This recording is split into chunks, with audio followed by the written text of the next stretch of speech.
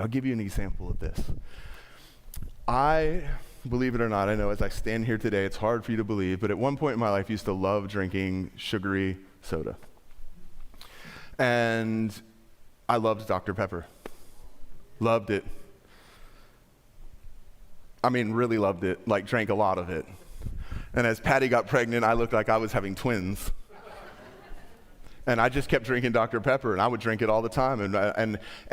So there was this thought in my mind that if I was thirsty, I wanted Dr. Pepper, and it was built over time to the point where I didn't even have to think about it. When I went to a restaurant and they walked up and asked me what I wanted to drink, my question wasn't, do I want to drink Dr. Pepper or not? My question was, do you have it?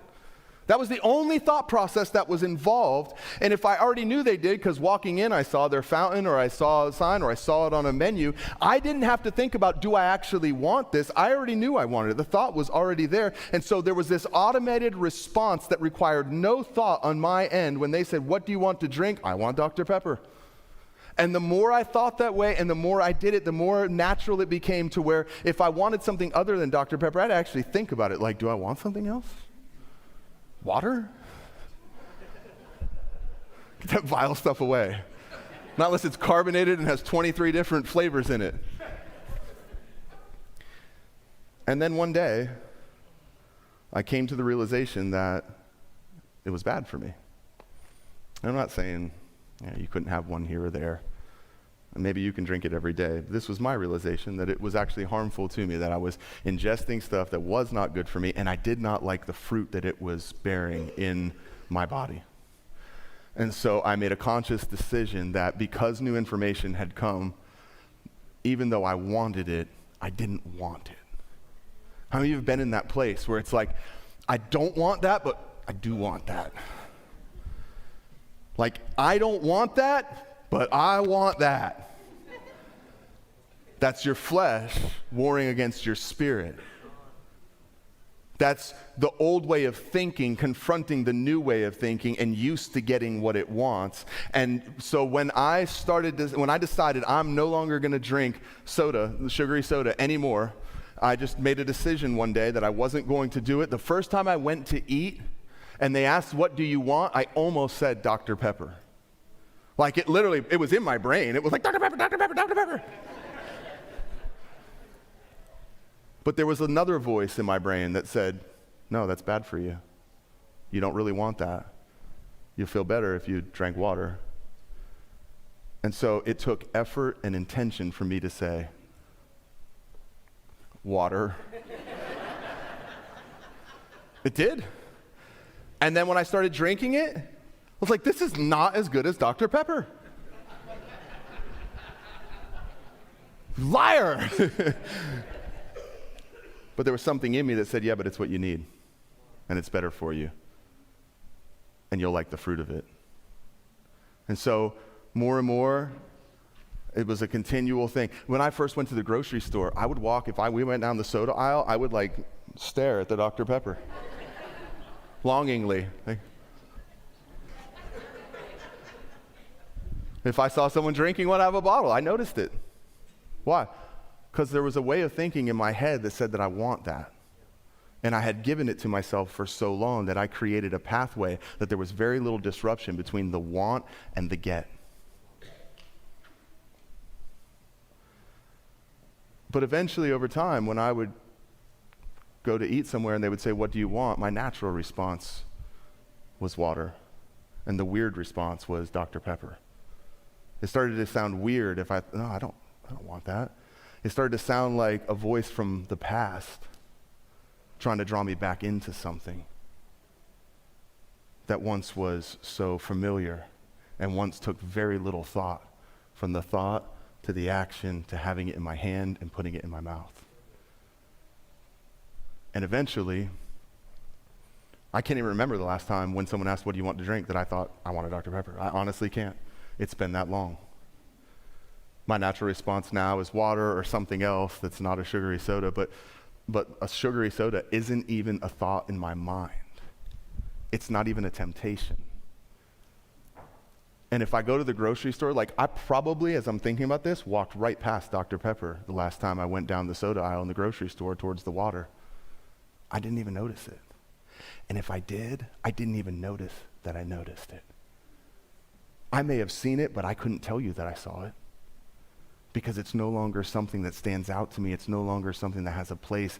It's no longer something that I think about and that I give myself. And so after a while of having the way that I think renewed, suddenly I became transformed to where it wasn't a battle that I had to fight every time it was presented to me. It became this thing where it's not even a battle to fight, because even if it's being presented to me, I'm not aware of it, because when she says, "What do you want to drink?" or he says, "What do you want to drink?"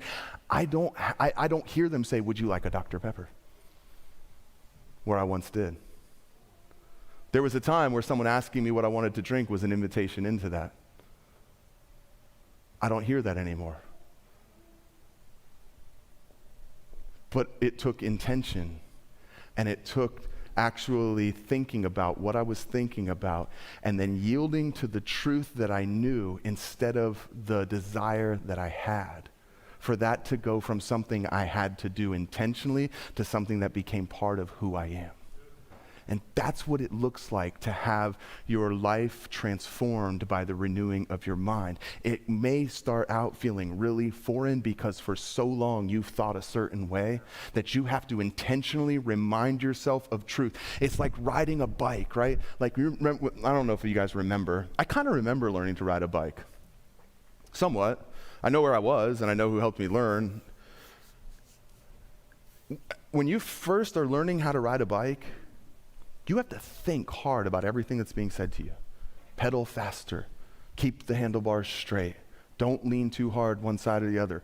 Don't turn the handlebars. You got to pedal fast enough. Keep your balance. Don't lean too hard. Don't hit the brake. All these things you had to think about. And as you were like, this was something that was totally new to you. It was totally foreign to you. And so while you were learning to ride a bike, every time you got on the bike, you had to think. And sometimes you fell and you scraped your knees and you scraped your hands up a little bit, but you kept doing it and you kept listening to that truth that told you, if you will do this, I promise there will be a day coming where you'll be able to do this without thinking about it. But if you never ever get past the falling and scraping, and every time you are trying to live differently, you're going back to the stage where you're having to think through every single thing that you're doing, it will never become something that now you get on and you do without thinking about it.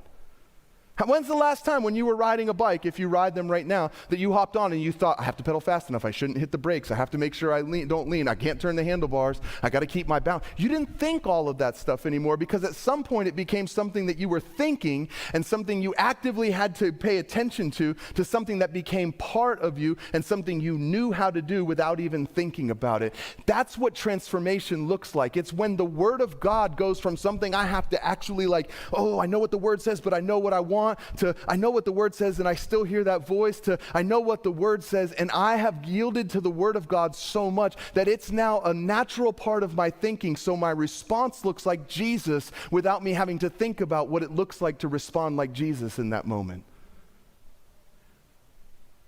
And if you never ever do something long enough, consistently enough, to where it becomes natural, there will always be a struggle.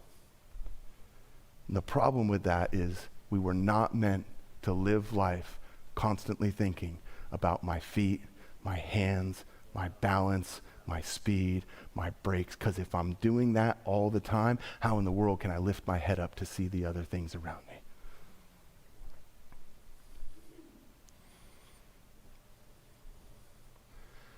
If every time I fall down, I go and put the bike in the garage, and I don't try it again for another month, another year, another 4 years. Every time I get on, it's going to be just as hard as the time before.